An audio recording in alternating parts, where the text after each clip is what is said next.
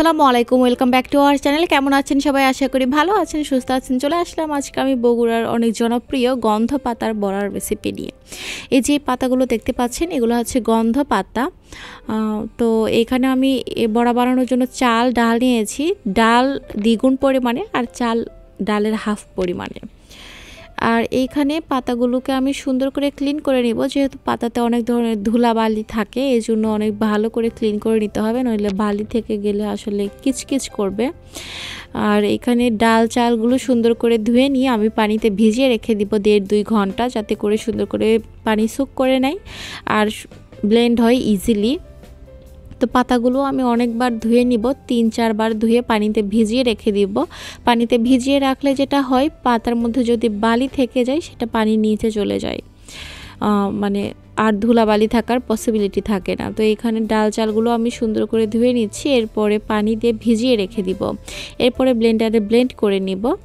আর এইখানে পাতাগুলো একটু পানি দিয়ে ব্লেন্ড করে নিয়েছি, আর ডাল চাল তো এমনিতেই ব্লেন্ড হয়েছে। তো খুব বেশি পানি দিলে আবার বড়ার শেপটা দেওয়া যাবে না, একটু কম করে দিতে হবে। এখানে কাঁচা মরিচ কুচি করে নিয়েছি, সেগুলো দিয়ে দিলাম। আর পরিমাণ মতো পেঁয়াজ কুচি দিয়ে দিয়েছি, একটু বেশি পরিমাণে দিচ্ছি। বড়া জাতীয় জিনিসে কিন্তু পেঁয়াজ কুচির পরিমাণটা একটু বেশি ভালো লাগে, এই জন্য। তো এইখানে এখন আমি আদা রসুন জিরার পেস্ট একসাথে মিক্স করে রাখা থাকে আমার, সেটা দিয়ে দিচ্ছি পরিমাণ মতো। আমার এইটুকুতে যা লাগবে সেই আন্দাজ মতো দিয়ে দিচ্ছি আমি 1 চামচের মতো। এরপরে লবণ দিয়ে দেবো আমি 1 চামচের মতো। এরপরে ধনের গুঁড়া, হলুদের গুঁড়া আর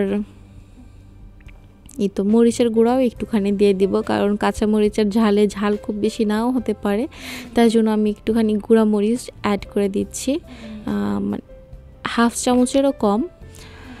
আর এই তো সব কিছু দিয়ে আমি খুব ভালো করে মাখিয়ে নিব। এটা মাখিয়ে নিলে আমি বুঝতে পারবো যে বড়া শেপটা আসবে কি না। তো হালকা একটু নরম থাকবে, বাট বড়া শেপ করে গরম তেলের মধ্যে দিলে খুব সুন্দর করে কিন্তু বড়াগুলো হয়ে যায়। তো এই তো এখন আমি খুব ভালো করে সব কিছু মাখিয়ে নিচ্ছি, আর এক পাশে আমি তেল গরম হতে দিয়েছি। তো এই পর্যায়ে লবণটা চেক করে নিতে পারেন মুখে দিয়ে, লবণ খুব বেশি হলে আবার খেতে ভালো লাগবে না, তো চেক করে নিতে পারবেন। তো এটা কিন্তু বগুড়ার মানুষজন অনেক বেশি পছন্দ করে, অনেক বেশি খায়।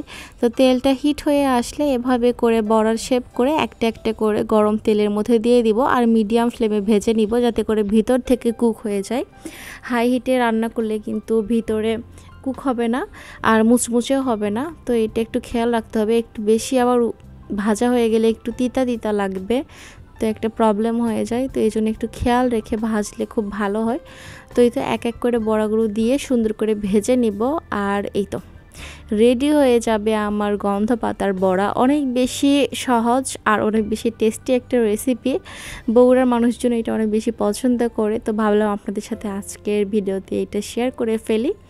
তো এই তো হোপফুলি আজকের ভিডিওটা আপনাদের কাছে ভালো লেগেছে। যদি ভালো লেগে থাকে তাহলে প্লিজ আমার চ্যানেলটিকে সাবস্ক্রাইব করবেন, পাশে থাকা বেল আইকনে ক্লিক করবেন, লাইক কমেন্ট ও শেয়ার করবেন। আমাদের জন্য দোয়া করবেন। আপনারা সবাই অনেক বেশি ভালো থাকবেন, সুস্থ থাকবেন। দেখা হবে নতুন আরেকটি ভিডিও নিয়ে, সে পর্যন্ত সবাই ভালো থাকবেন। আর এই তো গন্ধ পাতার বড়া একদম রেডি, অনেক বেশি টেস্টি, ইয়ামি। আল্লাহ হাফেজ।